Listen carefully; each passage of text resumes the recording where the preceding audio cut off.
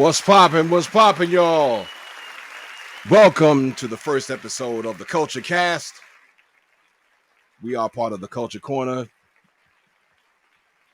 I am your host, Mr. Jeff Strange, and I'd like to welcome Mr. Kevin Cooper. AKA Blind Visionary. Bless up. Yes, sir. I love that name, dog. I love that name. And my man Sean, aka Sha-Elemental, with the dopest background a comic reviewer could ever have. Thanks for having me, man. No doubt, no doubt. So we all came together, to talk about everything in between, culture, our experiences, and especially pop culture. So today, let's talk about the movie's redheaded stepchild, the DCEU. Yeah, I'm glad I'm on to this one. Yeah, redheads. Some spicy takes on this. Redheads are dope, though. Yeah. Just saying. No, I'm not mad at that at all. But yeah, definitely. With the DCEU has been getting a bad rap as far as like their movies and things like that. I mean, the animation always dope. And personally, it is a bad rap. They're not as bad as people say they are. They're not. Yeah. And everybody's on this Marvel train, and I'm like, come on, Marvel's got some duds too. Nowadays, yeah. Yep, absolutely. I mean, it's like they both have their strengths and weaknesses. Has DC had anything that was amazing? I mean, to me, I love the Snyder Cut. That was fire. Yes. And maybe if it came out when it should have came out, we could have been talking about a different thing here, but we're not. So the execs over at Warner Brothers, I don't even know. They don't. I think I'd do a much better job, and I've never been an executive in my life, but they don't know what they're doing. It's like, what was it, 2017, 2018, Stanky and AT&T, and I did say Stanky. No matter how much he tries to say his name is Stan Key, but if you put Key behind the word Stan, or just put the letter K behind the word Stan, it's Stank.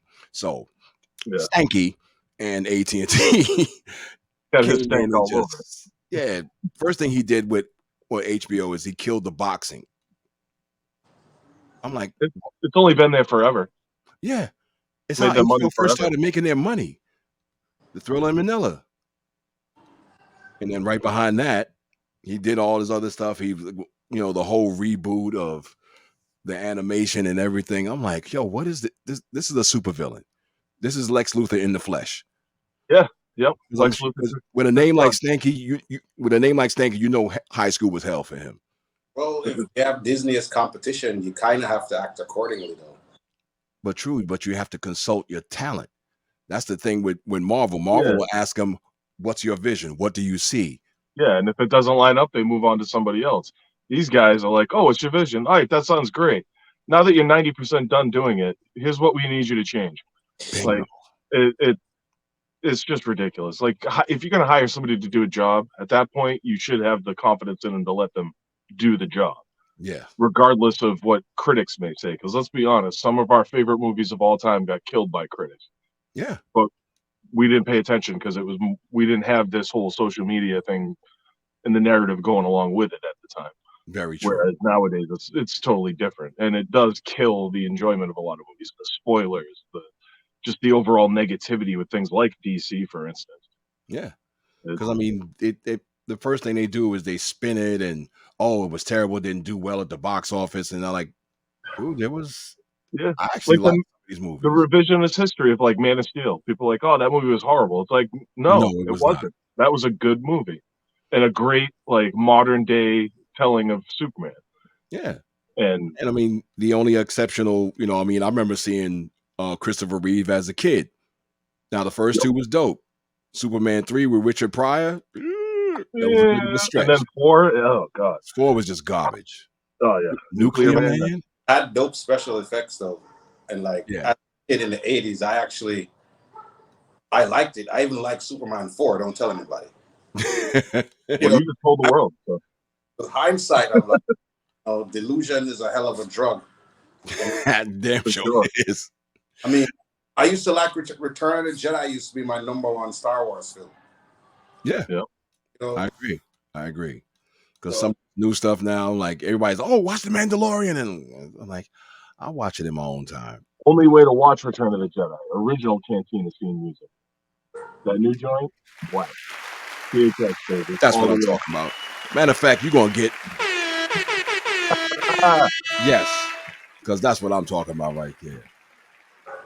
You know, and what the thing I'm starting to see now, especially with, you know, was it Fury of the Gods? You know, I'm willing to bet I'll see that and I'll be like, that wasn't bad. Yeah. But it's Shazam. What of Shazam of in any medium has been like amazing? I'm sure there's been a few comic arcs that were good, but overall, I mean, Shazam's kind of always been like the other guy. Yeah, I mean, when he first came out in 1939 after Superman, he was a riff on Superman, and you know, kids gravitated towards that because, like, oh, that's the new thing, you know, and that's what kids do. They jump on the new thing. But then, you know, they tried to sue them in court, and then however many years later, you get acquired by DC. Yep. So it's like, okay, but I mean, I always found it fun, you know, when they brought him in, they tried to give him a darker edge. Everybody wants to be Batman all of a sudden. And, you know, I'm like, it's like, dude, he's a 13-year-old in a grown body. Yeah. Bingo. He's supposed to be a little goofy. Yep. 100%. You know, and you know, when Batman, you know, of course, Batman knew, you know, and figured it out and all that kind of stuff, you know, because Batman, you know, he watches people. That's what he does. Yeah, he's kind of a creep. He is. And a miserable son of a bitch. Yeah. I mean, and I'm a Batman fan, and I'm agreeing with you. Yeah, you know, he had to be that way in order to be Batman. Yeah. Of course. Yep.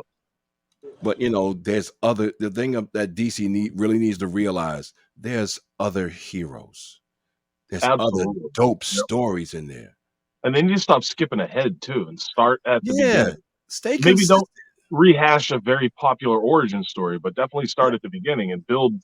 And here's an idea: character development.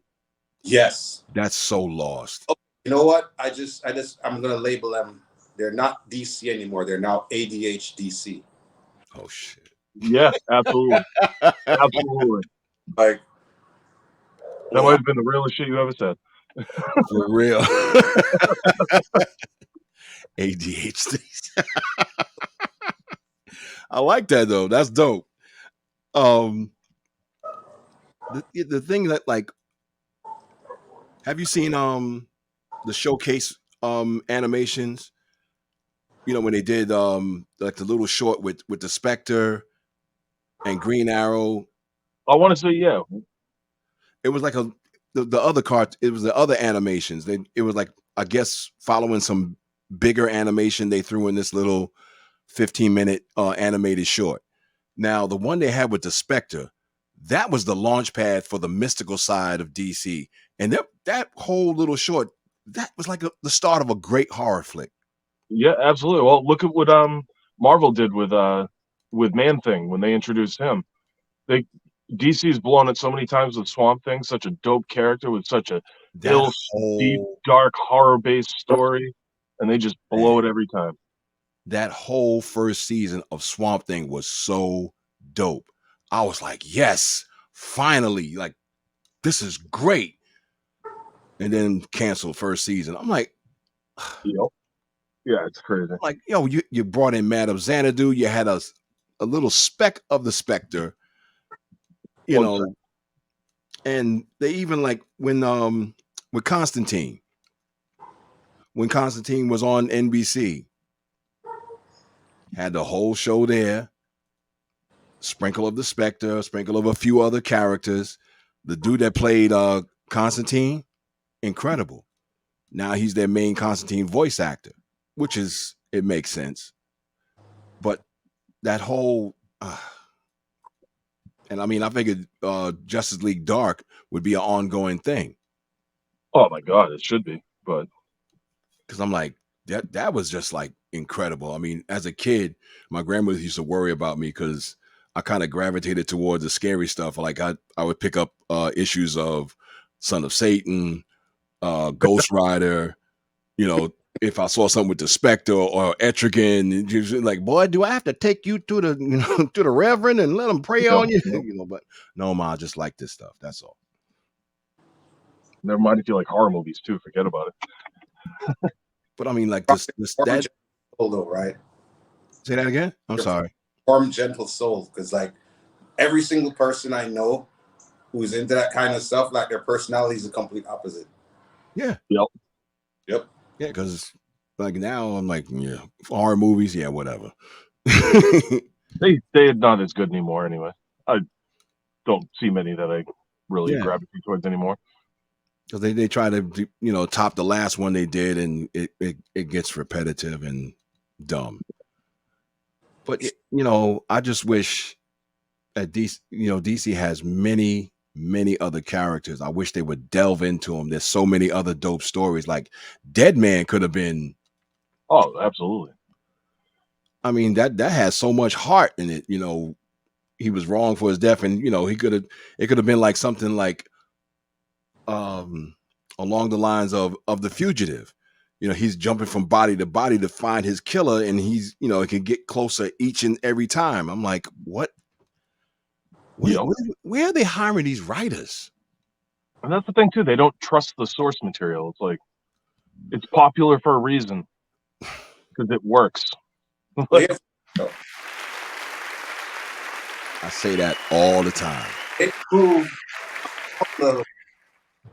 that if they stick to their guns, it works. Like the latest example, in my opinion, I think, is the Sandman Netflix series, which, you know, it's phenomenal.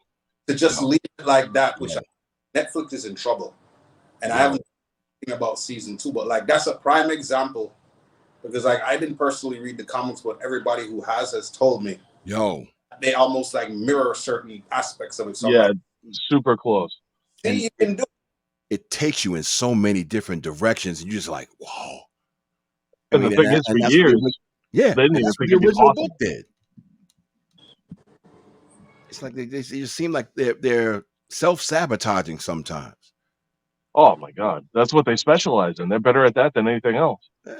Like on my former podcast, one of my former partners, he got mad at me because we were talking about the Flash, you know, in the Arrowverse, and I expressed my distaste for their version of Mr. Terrific. I said, I don't like this guy. Oh, and first thing they think I was hating on him because they made him gay. No, I'm not. I said, number one, Mr. Terrific in the regular comic books was listed as the 3rd smartest person on Earth. Right? That's number one. He's a master of 6 different martial arts disciplines. Okay? And 3rd, he's a black man. That's inspirational to every kid that sees that. Like I was inspired by Luke Cage. Okay? Yeah. So when you put him on TV and you make him this goofy ass sidekick comic relief who with no muscle tone and has big ass hair, but when he puts on the T-mask, now it's braided up. How? Magic of television. How? There are women on 125th right now that said, you can't do that with your hair that quickly. Okay? So that was my disdain for it, but they actually thought like, oh, you just hate him because he's gay. No, I know that, you know, these companies, they make characters gay to satisfy certain groups. I get it. Create a gay character. Ask the gay community to create a gay character. Not like what Marvel did with Safe Space and that other stupid ass character they made. Yeah, or do what Marvel does. Take the ones that people already suspect might be gay anyway and make them gay. Yeah. And that's a cop out, and that's lazy writing. Paraplegic. Wait a minute, what? You heard about it? Paraplegic what? There's a female Spider-Man confined to a wheelchair. And really? Yeah, she swings through the air to New York City in the wheelchair. Hold up. You don't know. You have to tell me. Okay, hold up. I don't know. I'm like, okay, I'm not going down this rabbit hole. This is just terrifying. But the fact that Maybe it's made out of adamantium, so like he just bashes people with the chair. And you know what's crazy? I just said paraplegic, and Spider-Man came right up after that. See. You know, and like we have to Spider-Verse deep dive. Are they going to call? It's not. It's a bunch of memes. Okay, so when the X-Men come back to the MCU officially, are they going to change it to the X people? No, the X persons. And matter of fact, that was actually a group. I think that was Jubilee's group, the X people or something like that. Of course, Jubilee had to be in it. Yeah, she's like the most useless X-Men there was. She's like, look, lights. Damn. Well, hopefully, Dazzler. In X-Men '97, if that ever comes out, the best one. Oh, I can't wait for that. What's the best version of that? Let's jump into the TV versus movie as far as like what they're trying to do. Like, I truly did not like what's his name? Who's playing Flash in the movies? Oh, Ezra Miller. Yeah. He's just a weird, quirky dude. Yeah, he looked like he was like a Linkin Park reject. Like, you know, they wanted him in the group, and then they said, "Nah, hang back and stretch." And you know, Grant Gustin, that's the Flash. I'm like, why he couldn't just do the movies? Boom. They're trying to. This looks like they're trying to compete with Peter Parker by doing that. That's what I got from it. He's all right, but I don't know. Notice I said try. Yeah, he's good for the TV show, but TV and movie is different. Yeah, He's kind of trying to accomplish two different things. But I just didn't like Grant. What's his name? Drunk Flash. Yeah, the weirdo one. Yeah, because getting arrested all the time, guy. And like, this is what you want for Flash, and yet they still pushed him through the movies because it was already done. And his weird way of running, like, what was that? Like, why? I was like, yo, what was that? Like, he runs like somebody who never ran before. Yeah. Like he just got out of the chair for the first time ever in his life. with the deer standing up for the first time. For real. He's running. And I'm like, what is, like, did he even try to jog or something like that? Did they do a screen test with him? I'm like, where did he come from? Did he have anything prior that attracted, you know, talent agents to say, yeah, this is going to be the Flash? I don't even, what was he even in? Some Harry Potter spinoff? Oh, God. I think. Other than that, I'm not sure. But, yeah, I don't know. They need to, like, that whole situation is crazy. I'm still looking forward to that movie because it's going to have my two favorite Batman in it. But yes. But that's the one thing I will say about that. I'm like, yeah. Say what you will about Ben Affleck. Yeah, say what you will about Ben Affleck, but, you know, Daredevil was, but his version of Batman actually showed how Batman's supposed to look in a fight. Yeah, like a badass. Like that scene in the warehouse. Oh my God. The best Batman fight scene ever. Hands down, outside of the animation. Yeah, because even though I like Christian Bale, Batfleck. Batman? What do you mean? I was like, dude, yeah, for real, dude, gargle. Okay. First movie, it was cool. The second and third one, I'm like this, like, dude, you know, throat don't hurt behind that. Yeah, for real. Like, that's word of me. Like, nah, I drink a lot of tea. I mean, you know, and that was another one. Again, perfect example of the studio screwing it up. They took a good cut of Batman versus Superman, cut out all the stuff that made the story make sense, and then wondered why it failed and got horrible reviews. And then decided to change everything, all because they're idiots, not because it wasn't working. Yeah, like I saw the theatrical version. I was like, why is this even happening? I saw the extended one. I'm like, that made sense now. Wow, that was good. Yeah. Because the whole dream sequence, I was like, what? Yeah, all those extra Lex Luthor parts where he's like showing why he's doing what he's doing. It's like they just wow. Dude, read the comic book first, then write. Intelligence. Yep. And that's the thing too with these guys. They can't make a good movie with all those great stories. I'm glad they're at least embracing this Elseworlds idea now. Hopefully we can get like a Superman Red Sun story, Dark Knight Returns, like spot on retelling. Like instead of taking inspiration from, literally retell these like they do in the animated movies you mentioned earlier. Those movies are phenomenal, and they just tell the story. Except for that Killing Joke one, that little extra bit at the beginning was a little overkill. But yeah, because I'm like,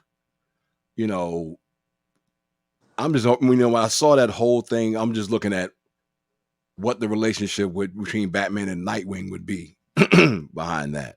Yeah, he's like, oh yeah, I kind of, your girl. Sorry. Yeah, I kind of smashed your girl. Bat smash on the rooftops.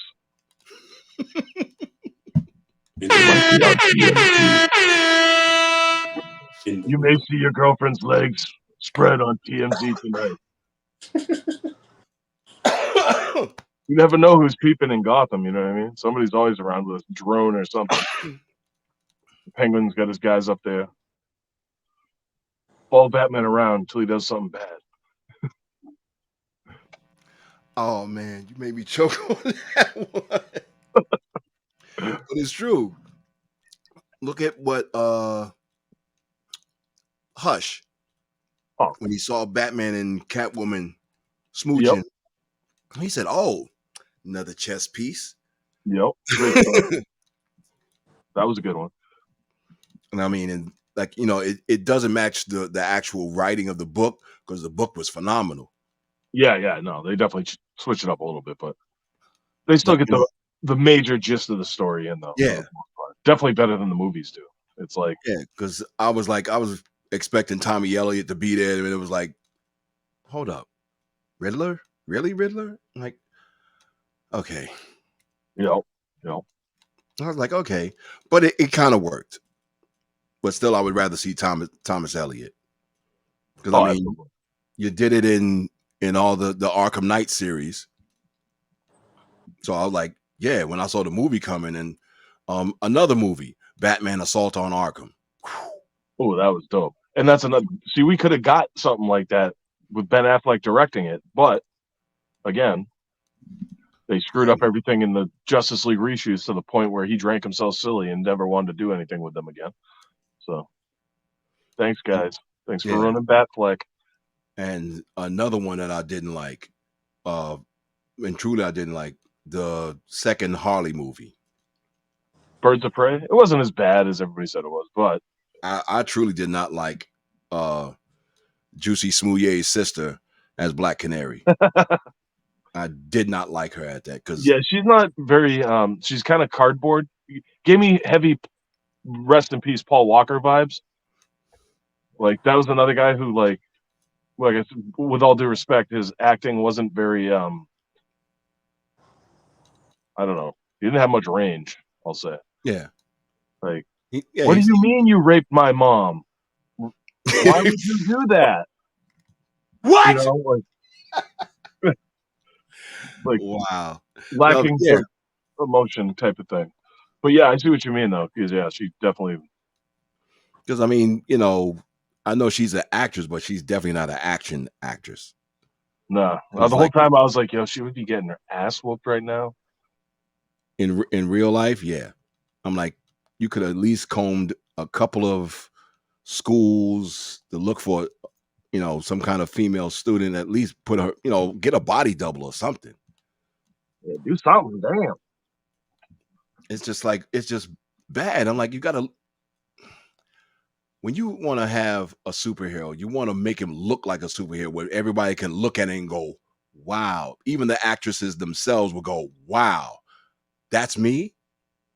Like just recently seeing, going back to Disney, The Little Mermaid, watching them watch their own stuff, Chloe was just like, oh, wow, was it Chloe or Halle? I forgot which one. I know it's the two sisters. I keep forgetting, but I think it's Chloe. But she saw herself on screen and was like, "Oh my god!" And then there's what's her name? I keep forgetting these actresses' names. But anyway, they watched themselves on screen, and they were flabbergasted at how the production came and how it looks to them, and that if they, being they get kind of biased, but still they found like, wow, that's us. That's the kind of emotion you want to throw to the audience. Yeah, And definitely. I wasn't mad at Rosie Perez as Renee Montoya, the future question. I'll take That's another Rosie anywhere I character. can get her at this point. She's Yeah. great. Well, I mean, that movie was so horrible. I think I only really watched it once. Ewan McGregor, I thought was great as batshit crazy Black Mask. Yeah, I thought Yeah. he killed that. But it was also like he just was like, I'm just going all the way with this one. Yeah. And the dude that played Zaz, that could have been better because yeah, Zaz is straight banana. Oh yeah, he was definitely underutilized. I thought. Yeah. But he Yeah. always kind of is, unless it's in the comics. Usually, anything I've seen, he's made a couple appearances and things, but nothing too crazy. Yeah. But I mean, they got to realize the potential they have all around just to, to make these movies really pop, take suggestions, Yeah. you can't sit in your castle and just like, oh, this is going to be great. The people will love it. Now, when you start treating people like sheep and they know it, they don't like it. Yeah, it's kind of like they want to do the Marvel thing. Well, okay, if you're going to do that, then do like what they did with Guardians of the Galaxy. Take something that's not so well known and make it well known, which they kind of tried to do with Suicide Squad. But solution: everybody get on the same fucking page. Communication is key. Yeah. It's not rocket science, and also listen. Listen, not a filtered version of listening where you listen and you hear what you want to hear, but actually, like this is what pisses me off about it is that it's their race to lose, especially now where Marvel has their head up their asses. They can catch up and redeem and be like, okay, let's show you how it's done. But again, be on the same fucking page. Absolutely. I agree 100%. And both need to watch out too, not be stagnant, because you got like all these image properties that are floating out there that could make great stories. All the Dark Horse stuff, all these different companies that have all these deep like wells of characters and universes to draw from. Like, I mean, there's so many out there, so many. It's insane. Like, look at the Invincible cartoon. Like, that's been crazy so Words far. right out my mouth. The Boys. Yeah, they go on in Walking Dead, which people often forget is a graphic novel. Yeah. Like, there's so many different places they can draw from, and like they really need to be more cognizant of that, I think, at this point, especially after all the failures they had. Because I mean, how many bad, Superman movies you're going to get away with before nobody cares? That's already a hard, shell to crack to begin with because of his power set and everything, just making a convincing movie. But in my opinion, that's why we need Brainiac. Yes. Let's bring it up a notch and actually pose a threat to this guy. Can I be devil's advocate 1 minute though? Absolutely. All right. But don't you think that maybe Superman is kind of outdated as a character? Because when in his initial inception, the whole act of somebody flying and doing what he did was fascinating. But now, I mean, you can kind of make it look fancy, but he kind of is a basic superhero that doesn't have powers that are exclusive to him anymore. So, like, what do you do with that? The argument can be made, but also good writers will find a way to make interesting stories. They've been doing it for so long. It's just these people don't like the story I mentioned earlier. All right. To that I say Superman Red Sun. Flip everything.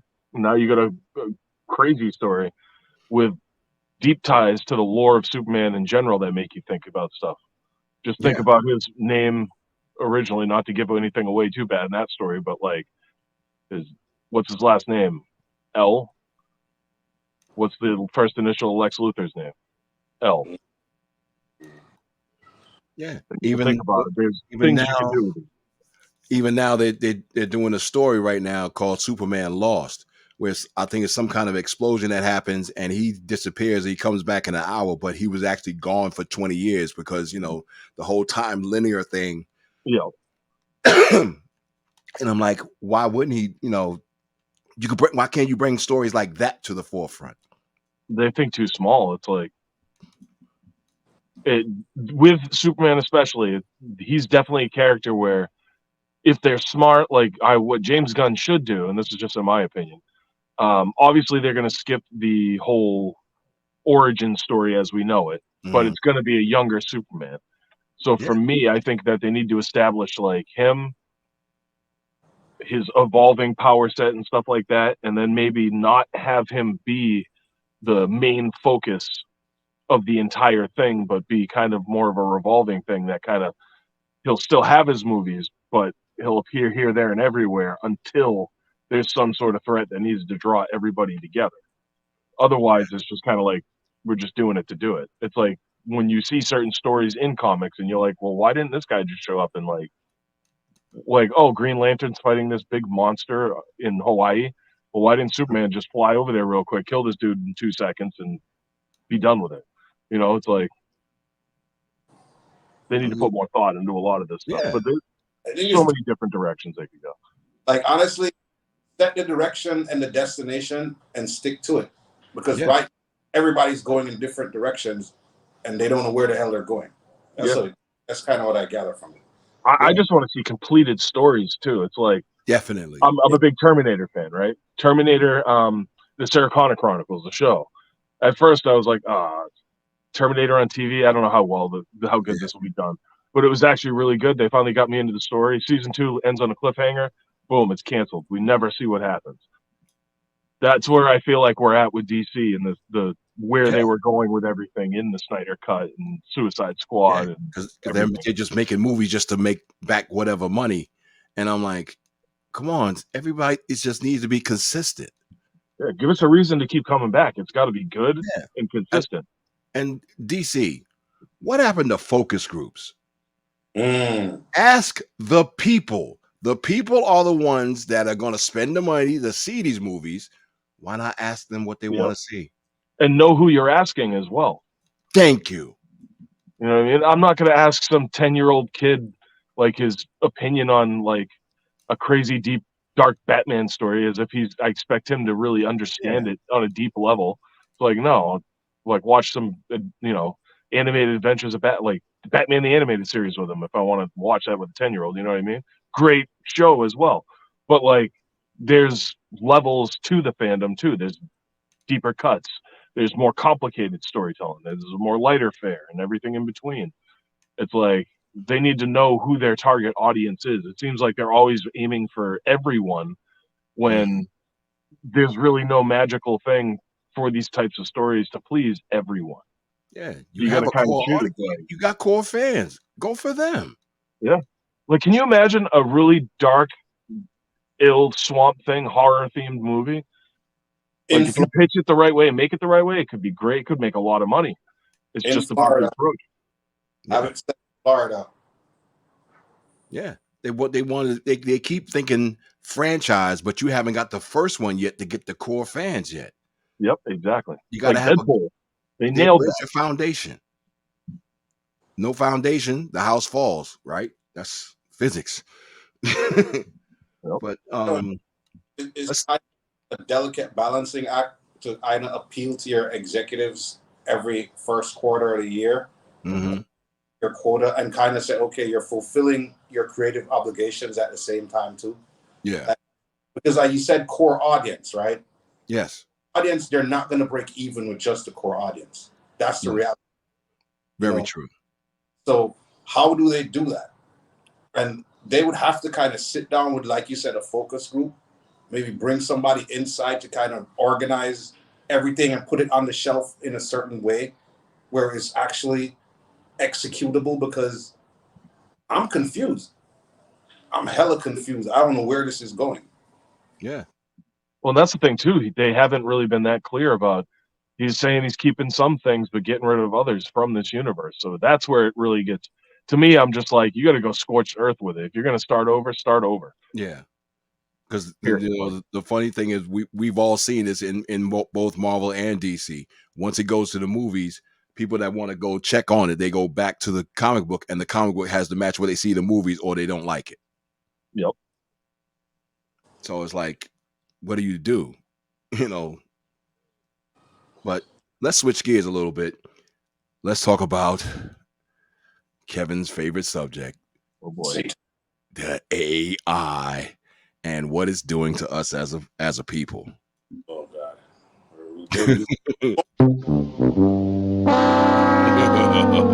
Well, I mean, I'm a huge Allen Iverson fan, so like the crossover it had me go wild in '97. Wild. His first, not exactly that AI, but I feel you. Oh my bad. Are we talking artificial intelligence? People are using it to create everything now. Chat GPT, it's become its own hashtag right now. And even yesterday, I just watched a video on that with this other producer with 5 different AI apps that he's using to help create music, but he's not letting it. He's trying to show, don't let this do it for you. He was just basically showing like, when you get writer's block, yeah, you probably can refer to that. But when you got the AI just doing stuff for you, because thing, I only sniff coke every once in a while. It's like what we're getting into is territory where we're gonna excuse the inexcusable, and the more this shit evolves, is the more we're gonna get disconnected from our humanity. Yeah, we can't Drake up this conversation. Ooh. We really can't. The fuck? You know what I mean? Like, you ain't write it, homie. You ain't write it. Period. But you know what I mean, though? Like, that's where the problem lies in with me. It's like, all right, so where do we draw the line with the art aspect of it, especially? Like with work and production, hell, I say if it can, improve those things and make life easier for people, then sure, as long as it doesn't go all Skynet on us and go down that route. Yeah. Then hey, but if it's also gonna, ruin lives, then yeah, because the whole essence of our being, right, is creativity. And on one hand, I'm like, okay, if, for example, you need to write a business report to submit to a company or something, then it can help you basically not be in front of your computer for 3-4 hours. But the essence of our actual civilization is a bunch of creative minds sitting down and coming up with shit and then executing it. And if this is going to be outsourced to somebody, then it's like, you don't water the grass won't grow. The grass is our mind. So it's troubling. It's Say that again, Kevin. Like the grass is our mind. And if you don't water the grass don't grow. Straight up.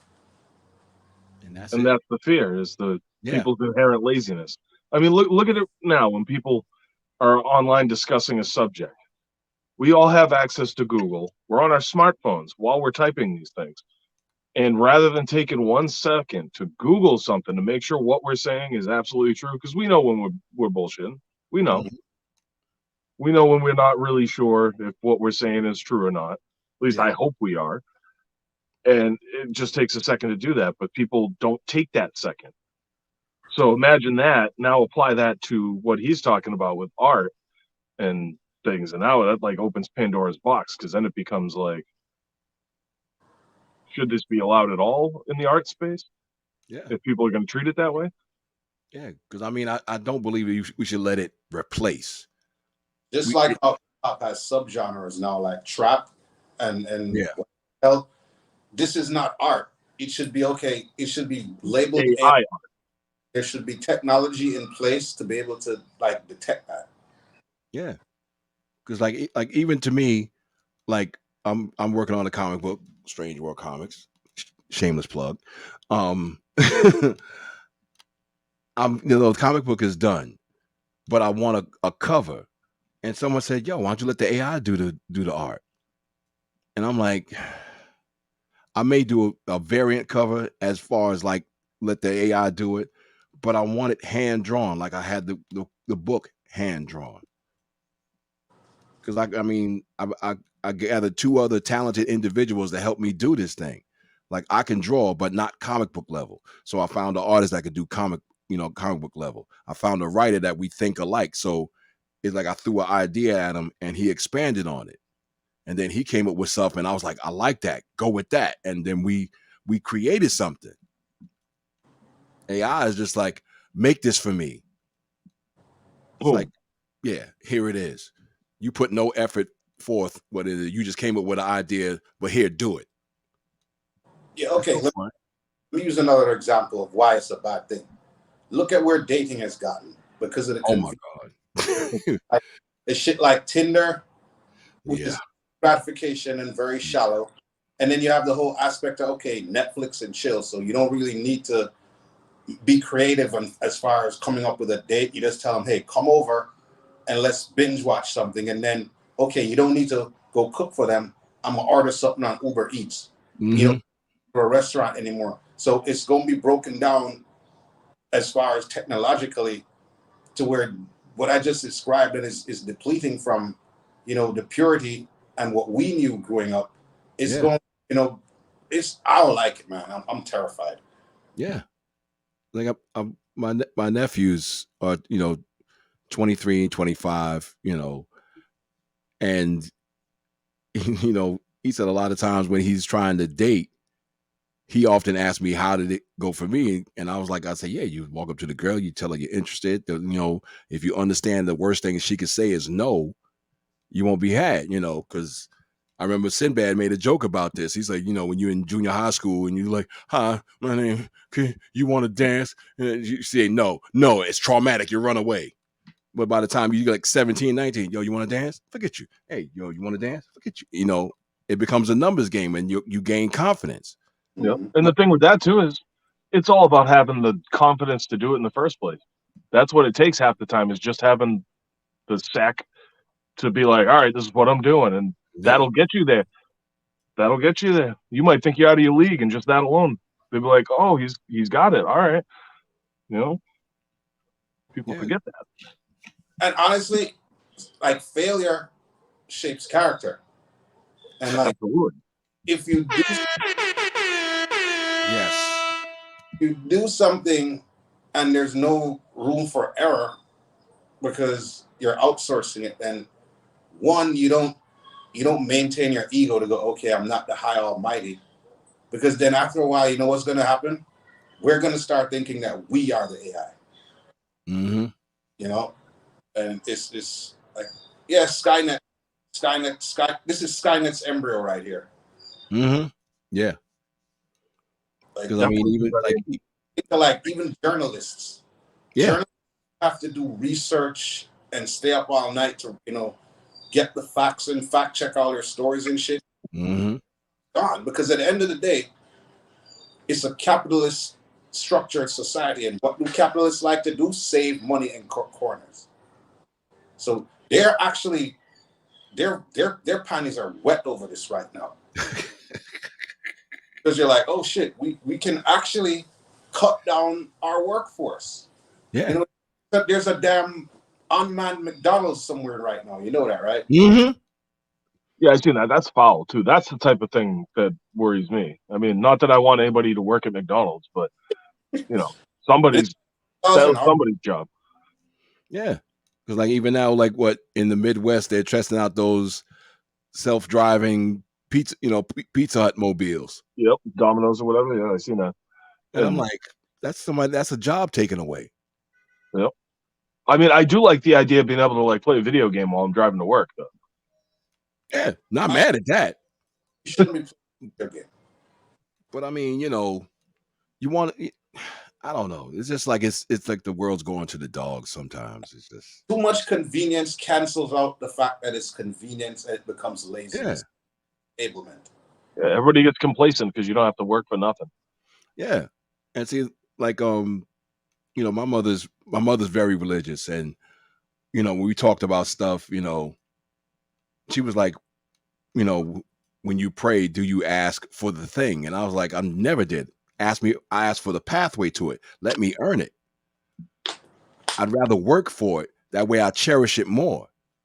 Boom. I don't want to just like ask and you give and you have no real there's no value to it. It's like, oh, I could just ask my mother for anything.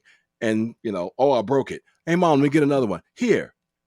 And that's the thing. You get it easy, you treat it like you got it easy, kind of thing. Yeah. You earn it, you work hard for it, you tend to appreciate it more. Yeah. Like every time you look at it, you see what you did to earn that. Like, this is a real crazy story. I work at a hotel that listed as a 5-star hotel, and 2 kids came in to have breakfast. Yeah, like one kid is 10. No, one kid was 11. The other one was 7. 2 sisters. They came in. They're like, we would like breakfast, please. Well-mannered kids and everything else. And we're letting them like, where's their parents? They sat down. They ordered what they ordered. Nothing over the top. Bacon, eggs. Blah blah blah blah. But because of this restaurant and its location, it's not what we would pay for. So we go like, do you want us to call your parents so you could pay for the meal? She was like, no. Boop. And I'm like, Apple Pay. Yeah. She Apple Paid with her watch and walked out. Thank you guys. I left a nice tip. And I'm like, yep. How does she know what? I'm like, you know what? Never mind. Spending daddy's money still. It's real. Okay. So even another thing, right? There's a documentary that just came out on Netflix about Pornhub. And they were talking to a girl and she was like, yeah, the first time I found porn, I was like 11 and I went on my phone and I just went on Pornhub and I could find whatever I wanted. And I'm like, when we were coming up, there's one dude with a Hustler magazine around like contraband. I mean, contraband, sorry. Looking at the fuzzy pay channel. You couldn't really see it, but you could kind of see a nipple. Always looking like this. Is that a titty? I think I saw a titty. It comes back around full circle to the whole what you were saying about, not putting any effort into anything. Yeah. And like, okay, you don't know, or they don't know what courting is anymore. No. Courting is porn, which is instant gratification, no foreplay. They don't know that, okay, you can't just shove it in without, getting it kind of moist and shit. Foreplay. Seeing what they're seeing on camera, they don't know that, okay, they cut and then lube the girl up. They're just seeing that. They think that's how it's supposed to be. So they're going out into society. So if you cross that over into the whole aspect of how lazy this is going to make us, it's going to also make us super entitled and expect certain things. Big time. So, but we know it's going to be Wally. Oh, no. We're all going to be in the floating chair. Wally's not us, though. And like earlier today, on I Still Love Her, which is Wendy Day Rap Coalition, she played a mixtape with an AI Jay-Z voice, verse, beat, and the whole 9. Yes. How many Biggie quotes do you use? I don't know. I just heard his voice, and it was like some other dude and the Jay-Z voice, and I'm like, yeah, what's up, y'all? It's your boy Jay-Z. Yeah. But I was like, yo, this is scary.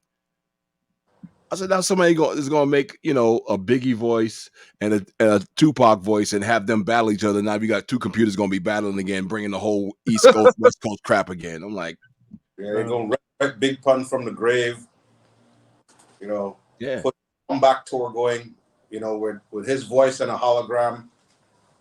Like, honestly, like entertainers in a certain aspect of certain things can become obsolete. Like, okay. I mean, a lot of these top level entertainers already are robots, if you think about it. Yeah, good point. They didn't write that. They didn't choreograph that. They didn't, et cetera, et cetera. They're really just a blank slate with a certain skill set that's told to do whatever. You know what? Thinking about that, maybe that's why Will Smith slapped might have been AI Will Smith. No, that's because he's a simp. I mean, big time. And I'm just still like, come on, Will.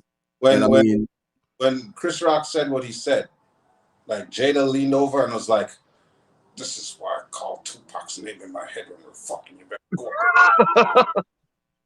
That was that look too. She gave him the look like, you know what Pac would do. Look, man, let me tell you something. All right, I'm gonna go smack Chris. Like I've said it before, and I'll say it again. We as men would like to think we're the be all and end all, but pum pum makes the world go round, right? And whether it is a healthy woman in your corner who help lift you up and whatnot, versus somebody who's going to bring you down and tear you down, that's the difference. I don't care what kind of man you are, you know. And at the end of the day, a lot of us have fallen victim to being with a woman. But psychic vampire. For being with the white woman. Prime example, Robert Downey Jr. Damn, you cut deep on that one, bro. But Shit, yeah, you're absolutely right. But back to the guy. Like, I honestly, if it's like this now, what do you think it's going to be at the turn of the next century? The Matrix. We'll all be in that little liquid. Like Blade Runner, even. Yeah. Okay, so even tying into all of this shit, right? And the whole aspect of going really deep with psychedelics and the fact that you can kind of get to another dimension and interact with other beings. How do you think technology is going to coincide with all of that? Because at the end of the day, everything is a frequency. I don't know. The next thing I see taken on is possibly like the not needing a controller of sorts to interact with the computer. Oh, yeah. They're already starting to do stuff like that. Yeah, I think once they figure out a way that's not intrusive to do that, then I think that'll be the barrier to kind of bring that like into really like prominence and being used on a regular basis. Like you remember, you know, even though it wasn't that terrible of a movie. What was the Batman with Jim Carrey? Oh no, you were right. That was a terrible movie. Okay. It wasn't as bad as Batman and Robin, which is a horrendous movie, but it was a terrible movie. My sanity intact.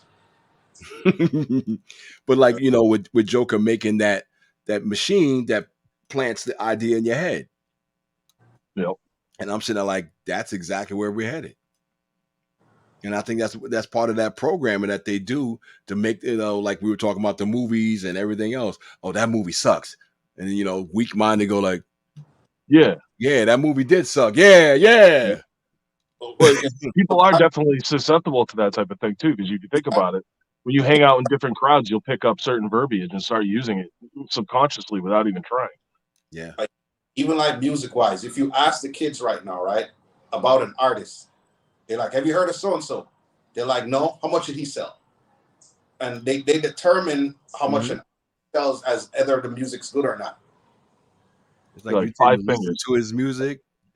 Yeah. Did you dig his wordplay? Did you like the subject he was talking about? Yeah.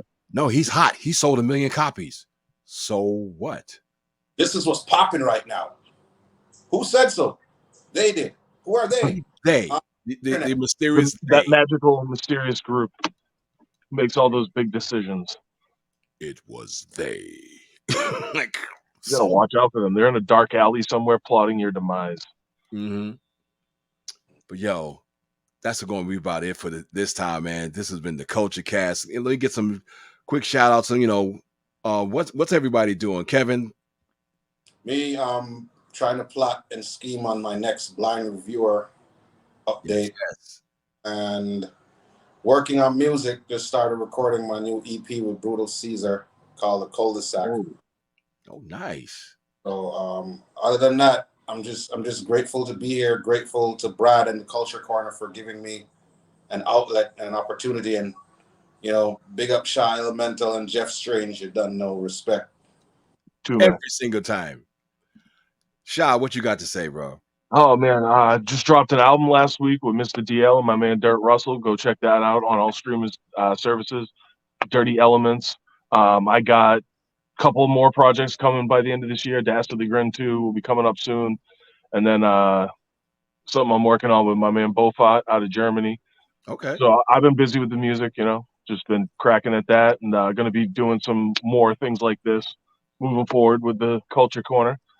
So looking forward to getting that cracking, talking some video games, some hip hop, more, current events like we did today, things of that nature. Just looking to get into it. Yeah, man, definitely. And myself right here, Strange World Comics is coming up soon. Be looking out for that. Real pretty soon. I'm not debating between crowdfunder and Kickstarter, but either way, it's coming. Also messing with some music again too. I got an Ep.1. I'm making stuff, but I'm not there yet. And big shout to the collective. They found a tutor for me. I'm gonna get into that because some of the videos online they help. I mean, like guys like DJ Av, Marlo Diggs, they help a lot, but that's their vibe. And I just, I'm such a kinesthetic learner. Yeah, This I got an MPC 1000. I've tried learning on watching YouTube videos, and I'm just like, all right, this ain't working for me. I need somebody like right there yeah. being like, yo, this And is how like you. that's just the way it is, like Yep. we ain't trusting AI all the So day. I feel your pain. Because I mean I've made some tracks on it, but I'm like, it could be this. And, I've had some producer friends, my main producer friends, they live in other cities now. And I want, when I had, problems like that, we didn't, look at the directions or nothing like that. We threw the directions away. We just started messing with it. And because we've gained some years over the time, as you can tell, sometimes it's just like, damn, I need some help. But Studio Collective, I'm reaching out to them, and they're gonna find a tutor for me. At the price they charging per lesson. I don't think I'm gonna need many lessons, but I'm definitely gonna squeeze as much out of them as I can. So yeah, definitely keep okay, let's try that again. So stay tuned to the Culture Cast, brought to you by the Culture Corner. For my man Kevin Cooper, the blind visionary. My man Sean, Sha-Elemental. This is your boy Jeff Strange. Y'all stay strong. I'ma stay strange. Peace. I'm out. This has been the Culture Cast. Done. No.